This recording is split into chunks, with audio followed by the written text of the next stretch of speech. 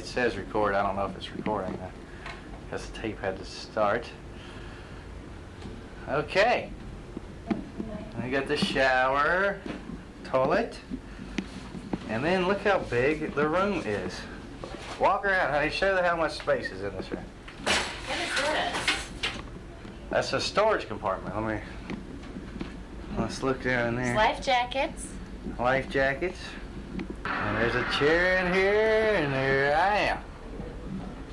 Hey, hey. And there we both are. Let me get us in here. There we go. Hey, woo, we're on the ship. And tomorrow's our birthday. We'll get back to that later. Just gonna get Beth a birthday drink tonight. There's the Blue Lagoon laying out. There's my birthday girl. Looking good on her birthday. Feel pretty good for 30. Yes. I hear people partying and having fun. Are you kidding? Let's see what they're doing. Oh, wow. We just missed it, whatever was going on. And a slide. The pool has salt water.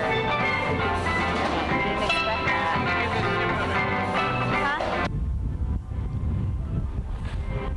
We're having a great time. Getting ready to go eat. They sang happy birthday to her. It was great. Gave her a cake. Got a birthday cake. That's it. We'll see you later.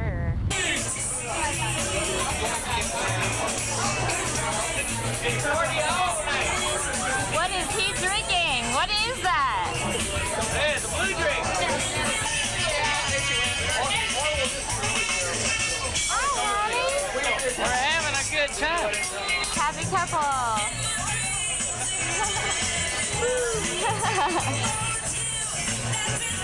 Okay. Man, we feel like we're ready to go back to work. Relaxed. And that's it. And we're back. So. Let me do your... Okay. We're back. Aloha. No problema. Until our next big trip after our marriage. We'll be going on our honeymoon next. Somebody else will be paying instead of us. So, anyway, it's been a great time, and until the next time, sayonara.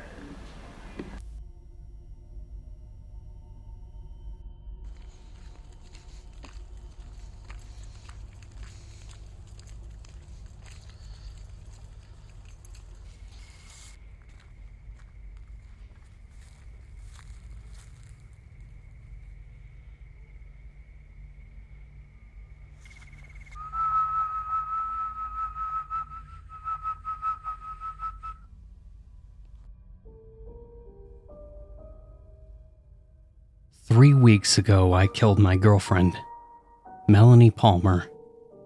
Chopped her body into 11 pieces and buried them in scattered, discreet locations around my state. This isn't a confession. Well, I guess it is. But that's not the driving force behind this admission. I don't expect any empathy or any guidance. I don't even expect anyone to take this seriously. Me, all the prerequisites have been said, though I suppose it wouldn't hurt to give you a rundown. I'm not what you'd call striking, though I've always made it a point to blend and flow with society. To delicately veneer my true nature with a cordial persona, however contrived. Maybe we've met before. Probably not. If we have, good luck pegging a name on me. Or, for that matter, finding me at all. Melanie wasn't my first victim. It's just that all the others were animals from all different clades. Fish, birds, mammals, reptiles. It's fascinating how each organism reacts in their own way. You see, our brains contained mirror neurons. They're responsible for the pity you feel when a wounded dog comes whimpering by your heel, and for the lack of it when a creature expresses pain in a manner that you're unused to. Honestly, it's fucking shallow, but it's the human condition. Except, I'm human, and I'd like to say I'm past all that sickly sweet bullshit. And let's be honest, feelings are a hindrance more than not. So the trustworthy thing to do is observe. I mentioned dogs already. They always end up being a right mess, screaming and writhing, contorting their limbs as if the thumbtacks in their eyes are gonna kill them. The idea of having kids has always been off-putting to me. Dealing with an indignant mutt is just as tedious. Chickens fuss a bit, then sort of freeze up once they realize flight isn't an option. Pun intended. The first few times it's funny, but it gets old. I could go on. If it makes you feel any better, call me a coward. Take all the jabs you want. The fact is that I haven't killed people. Well, until now. Just offers a cheap avenue for insult. Even when the rational part of your brain is relieved, I stuck to animals. There's no tangible strings of influence that I have over anything anymore. So if nothing else, be sincere. Mourn the dead. And for your information, I say this not out of empathy. Nothing bores me more than loafing around. Don't stew in resentment. Get on with your damn lives. Okay. Now that all that is clear, I can get into why I'm even writing this. 5 days went by without a hitch, and that's when I started seeing it. Nothing intrusive at first. I'd spy a figure in the distance, swaying gently as needs shimmered in the wind. The first time, it was nothing but a fleeting curiosity. The second time, however, it lodged inside my brain like thorns in a boot sole. An old man told me once, "A house can be haunted, but so can we." I know he was referring to memories, trauma, regret, but I don't carry those burdens. Maybe the universe sought to level the playing field, I don't know. I see the figure everywhere now, half obscured at the end of a grocery store aisle, standing on an overpass while I'm driving along the highway. Sometimes in places that make no sense, physically speaking, like behind the stove extractor fan, small as if distant, yet contained in such a tiny space. By itself. Not so scary, of course. I wouldn't be here if things didn't worsen. When I stare at the thing, my head starts to pound. A static thrumming in my ears. Feels like everything else starts to crumble away. Except the figure. It grows clearer the longer I gaze into its rippling silhouette. Let me tell you, nothing scares me. Not really. As long as I still have my agency. But whenever I notice it, swaying against the ashen sky, it's as if something outside of myself is sticking toothpicks between my eyelids. Leather straps around my limbs, holding me in place only to stare at the loose segments rippling with the haze of a mirage and swaying of kelp. And the more I watch, and the less my thoughts wander, it approaches. I never see it moving, but it gets closer, sharper. A few days ago, it got close enough for me to truly make out its body. I was correct about it being in segments, but only now could I count them. 11. 11 ragged pieces strung by glistening sinew and entrails. It'd be so easy to say that she'd come back to me, from the grave and all of that. Yet somehow I can tell that that's only half truth.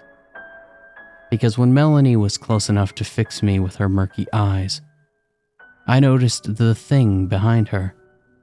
Taut, gray skin, mottled by mangy tufts of hair. Those are the only consistently visible features. I can't help but feel she's picked up an errant companion somewhere between death and, well, whatever's after, if anything. Or maybe it found her. Either way, it's here now and I'm powerless to fight back. It can't be some form of post-mortem vengeance. Otherwise, why would it drive its blackened and chipped nails up into Melanie's exposed organs, twisting gargled screams out of her like some macabre conductor? Why would it coil and squeeze its phlegmy, splitting tongues through her nose and ears and mouth? All the while it fixes me with a glare through the gap of her neck. Flat, shark-like eyes somehow conveying a perversion so fast past my own it sickens me. I really don't know what it wants. For me, it feels like all those little animals did. Possibly. Although that feels a bit facile when I see the look in its eyes. I realized it wasn't Melanie herself wavering in the air after I saw the thing's torn and ancient rags drifting lazily around her sides, as though underwater. From where the world faded, slowly, things just vanished. Number 17 across the street was replaced by monotone ground, a lumpy rock plain. And so it went for everything else. The looming forest hills to the east, gone. The main road leading out of town, gone. The entire industrial estate a couple of streets over. You get the picture. Just barren stone in place of what once was. The fear stagnant at first, then bubbled up with a needling ferocity. It started to become too much. My van was gone and I dared not leave the confines of my home. Though at this point it was more of a prison than a sort of comfortable retreat. I caught a few mice in the pantry and made some crosses out of popsicle sticks. Crucified them. Got bored waiting for them to croak. So I ended up dunking them in a pot of boiling water till they stopped moving. In the past, something like that would have evened me out. But now, those lifeless eyes bore into the back of my neck whenever I look away. The feeling is inescapable. The sound of its wet, guttural rumbling is insufferable. I wish that I'd just get it over with. Tear my eyes out.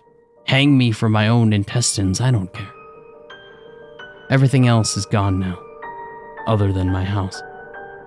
The windows offer a view out across an indeterminable plain. The sky is filled with dull clouds so that the horizon is practically invisible, blending seamlessly with stone. Shit. I just looked up from my laptop and even the house is gone. All at the mercy of this fucking thing that won't even show itself to me.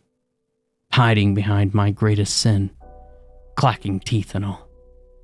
Bony mantis limbs unfolding. Eyes reflecting the deepest, coldest ocean. The depth of their cruelty is immeasurable. It's standing right in front of me. Still holding up the mangled body shield of Melanie. Still flaying her skin and unsheathing her bone. I'd actually respect the monster's depravity if I weren't its prisoner. As I record this, I can see its drumming fingers in the corner of my eye. Is it impatient? Why is it even letting me type? I think it wants me to cast out my message in a bottle so it can be lost to the waves. I know no one will ever read it. Though if anyone does, I doubt they'd spare any empathy to seek me out. To that I say, fair enough. I'm a lot of things, but a hypocrite I am not. Haven't felt hungry in a while, or thirsty. I don't even feel tired, and I've been awake for, a week? Maybe 2? I resigned to this fate, so I tried smashing my head into the ground over and over, desperate to end this nightmare. All it's done is given me a splitting headache, but not a drop of blood. It is laughing now. That's all I can equate its hacking rasps to. I can smell its breath polluting the air. Old blood and scorched bone with the heat to match. Melanie screaming too, with whatever's left of her vocal cord. The disgusting sympathy rattles inside my skull. It's the worst sound that I've ever heard. I just looked up again and it's gone. Melanie's still there. Weightless, though her eyes are that of the monsters. Sunless discs excluding venom, slicked malice so heavily it's palpable. I lost my router connection a while back, but had enough sense to make a SIM out of my phone and put it in a laptop. Mobile data still works, though I don't understand the logic dictating that. Fuck. I hope this isn't eternity. My mind's already broken once, but something fixed it up good as new, just to be crushed by the torment once more. The screeching, it's so loud. Maniacal cackles, torturing wails. They already sound the same to me. It's not fair. What other psychotic piece of shit like me has been sentenced to something like this? People whose boundless savagery makes me look like a law-abiding citizen, where all they got were life or death sentences. It isn't fair. My body's frozen stiff. From terror or some unseen force. It's impossible to tell. I can feel the moist waves of its stinking breath on my neck. Stop it. Please. It isn't fair. Is that what she thinks? I can't... What? I didn't write that. I want to click post right now, it's just fucking ironic. In these last moments I'll ever have a connection to anyone anywhere else, the words are lost on me. Say, Melanie, what do you think? The way its fingers unfold in my peripheral, like a massive spider uncurling its legs, my spine's itching. She thinks you've said enough. My thoughts exactly. Why? Why are you tainting my last words? It's not fair. This isn't fair. No, but it is. Now you can be with her. Never again lonely. Fingers. Fingers creeping across my eyes, peeling dry skin. It crackles and crunches by my ear, one extending with so many joints. So many.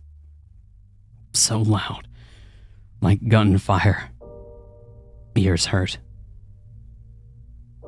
Look. She's waiting for you. Melanie hangs festering before me. Her legs sway limply, toes grazing smooth stone. I never thought a sight could make a person so nauseous. Go fall into her arms and drown with her. Drown in the sweet song of your sin for all of time. Arms. Her arms. In pieces. Broken.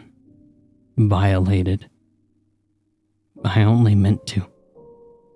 Come on now. Well, what else is there to do? I have to go.